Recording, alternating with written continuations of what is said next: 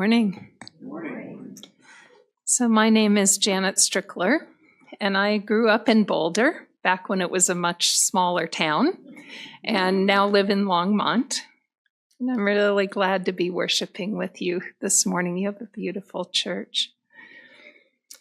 I want to start by telling you a story about my own spiritual journey, which I hope might give you some inspiration for your own. So 20 years ago, I was in my early 40s working 2 jobs and had also gone back to college to work slowly on pursuing an art degree. And one of my classes here at CU was an experimental one in contemplative art. And we did a variety of things, studying Tibetan Buddhist thangkas and Russian Orthodox icons, and doing a variety of practices like breathing meditations and yoga, along with some studio art assignments. And one requirement was that each student meet one-on-one with the professor at some point during the semester. So on my birthday in mid-October, I made an appointment to meet with her and took the day off from work. And what she said to me in her office was, "Janet, I'm giving you the assignment to find some sort of contemplative practice that you can do every day between now and the end of the semester, and then make some sort of record of it as an artist." Now, I don't think she was saying the same thing to all the 18, 19, 20-year-olds in the class. I think this was something that she specifically sensed that I needed. Well, my internal reaction was, there's no way I can possibly do that. I'm way too busy. I had a full-time job. I had a business of my own at home that I did in the evenings, a household to run, and I was taking college classes on top of it all. There's no way I can do yoga for 20 minutes a day or sit down and meditate or do centering prayer.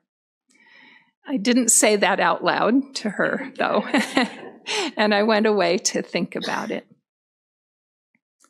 Now, since I had taken the day off from work for my birthday, and it was a beautiful fall day, I decided to walk up across the hill and towards the neighborhood below Chautauqua, where we lived when I was little. And about the time I was walking through what used to be called Pioneer Cemetery, I think it's called something else now, like 9th and college. Yeah, 9th and college. I remembered an article that I had read on a retreat, maybe 5 or 6 years before, talking about various cultures' practices of gratitude. And I particularly remembered this article describing the Jewish practice of making blessings, or baruchot, although I didn't know the name at the time. I just remembered the format.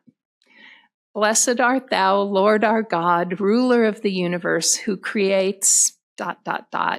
And then there are many different variations for different situations and experiences.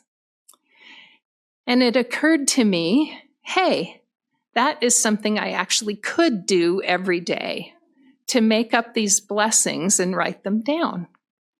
So I started every day as I went through my busy, busy life looking for things to fill in at the end of that prayer. I would jot them down, and when I got home at night, write each one out on its own slip of paper.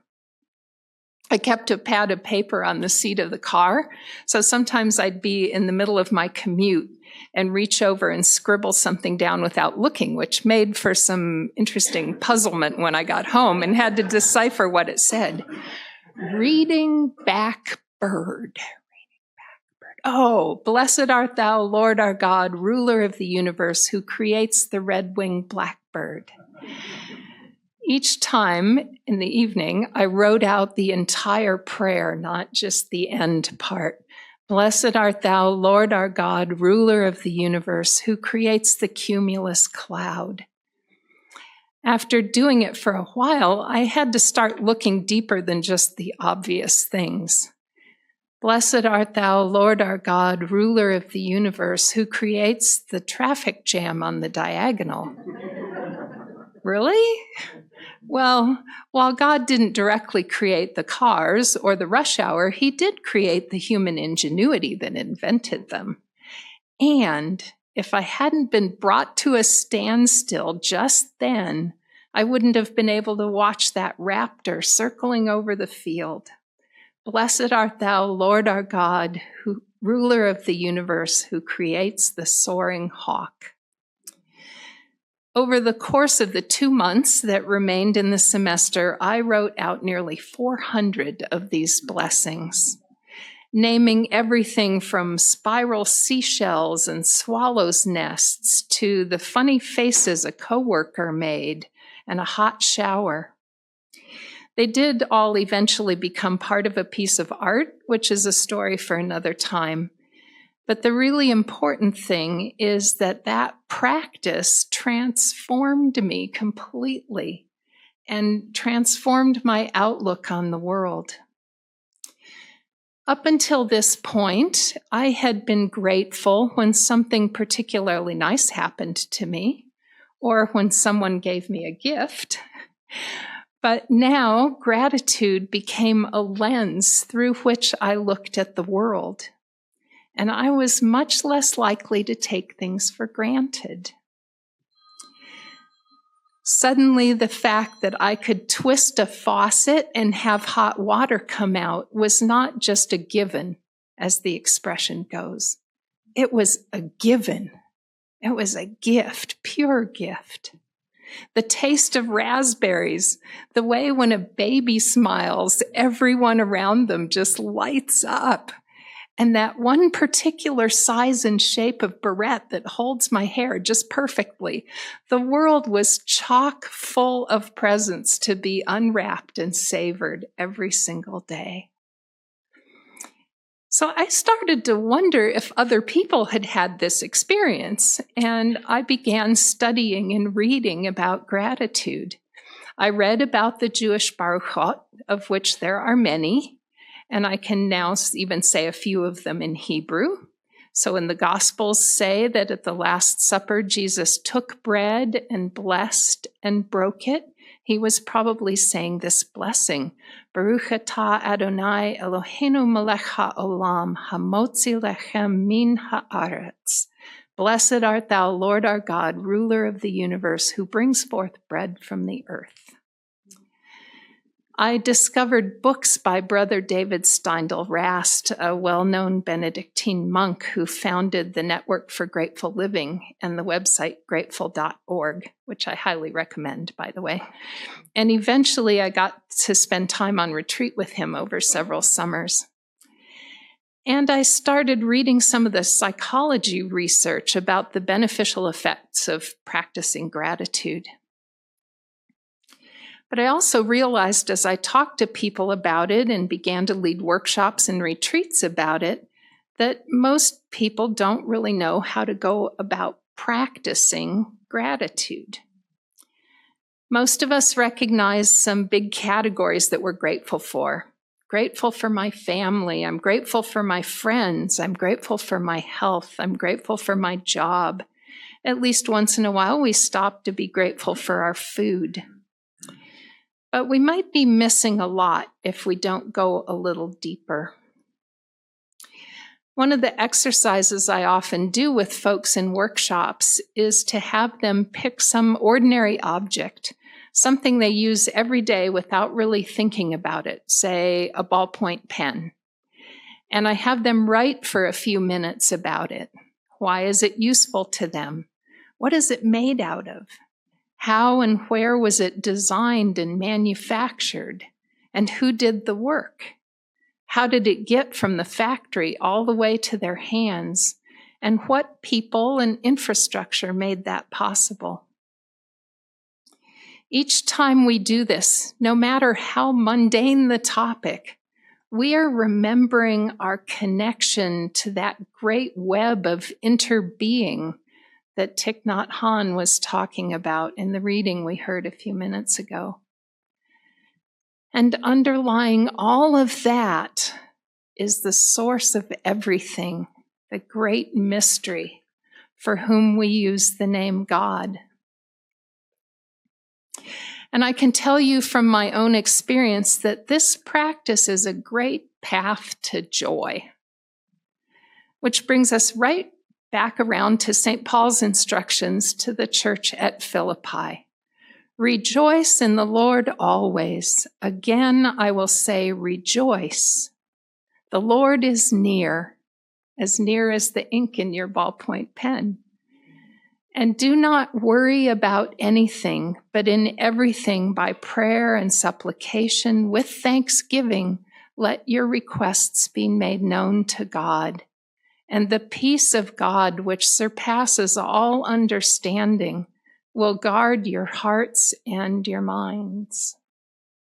And finally, beloved, whatever is true, whatever is honorable, whatever is just, whatever is pure, whatever is pleasing, whatever is commendable, if there is any excellence and if there is anything worthy of praise, think about these things.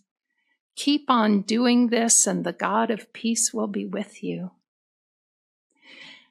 I don't think Paul is advising his readers to hide their heads in the sand. This isn't like Pollyanna theology. Amidst the violence and persecutions that were taking place in his community, amidst the strain and dissension in their group, I think he is reminding them that, as he puts it, the Lord is near, and that rather than getting caught up in anxiety, they can go seeking signs of the divine, the little love notes left by God that surround us at every moment. So I've been talking on about this, and I could talk, believe me, for much longer about this, but I got lots more stories to tell from my own life about this, but I won't do that now. I want to give you a chance to practice it yourselves. So for your communal reflection time, we're going to pass out some cards, and each one has on the front something to be grateful for, and on the back, some prompts to help you think about that topic. I believe those of you online will have a card on the screen. And we'll have some silence for you to ponder those. And then when the bowl chimes, you can turn to a neighbor and share for a couple minutes about it before the communal silence.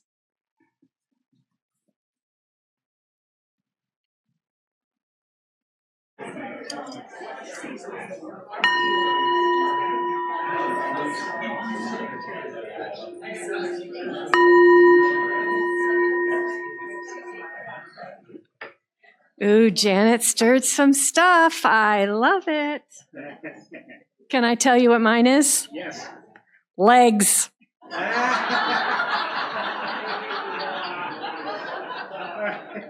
God has a sense of humor. Beautiful. Fun practice, eh? Yeah, those cards are for you to keep or trade or whatever you'd like to do. Those are for you, and a gift from the sabbatical committee to you. And those are cards made by Janet. If you'd like to get on her website, you can see her after, because I noticed I forgot to put that in the announcements, but I also will put the link to her website so you can get more information from her and her practices and offerings in this week's e-news. So stay tuned. Thank you, Janet. That was a beautiful, beautiful. Yeah, you can order your own set of cards. I'm going to order some. Yeah, they come in a set of 60, so plenty for everybody today. So thank you, thank you. So we come now to our time of prayer, and before I start, I do want to make one really quick it's a prayer. Most of you know Kayreen, and Kayreen moved this week from her memory care apartment up to the skilled nursing at Fraser. So prayer, well, I'll include her in our prayers. But for those of you who visit her, she won't be back in her normal apartment. She's upstairs, and Susan, Maureen, or Joyce or I can give you the room number. So prayers for Kayleen. So let us join together in a spirit of prayer. Greetings to you wherever you are watching this. For those of you whom I have yet to meet in person, I'm Reverend Nicola Marsh, pastor here at Community UCC. And we see that people like you are watching our live stream each week. And because of this, we are excited to be embarking upon an experiment. And we need you. If you are engaging with us regularly, finding meaning in what we are about, we would like to extend a special invitation for you to be among the first CUCC digital disciples. For signing up for just $10 a month, you will receive a t-shirt with the new CUCC logo. And we are also exploring the idea of offering other content to those of you who are part of this new and growing area of digital ministry. Sign up to support us in this new way at cuccboulder.org/support by clicking on the yellow donate tab and noting you are a digital disciple in the instructions. Or as always, we welcome an old-fashioned check mailed to us at CUCC, P.O. Box 3646, Boulder, Colorado 80307. Thank you for being and building beloved community with us, and thank you for your gift, whatever it might be.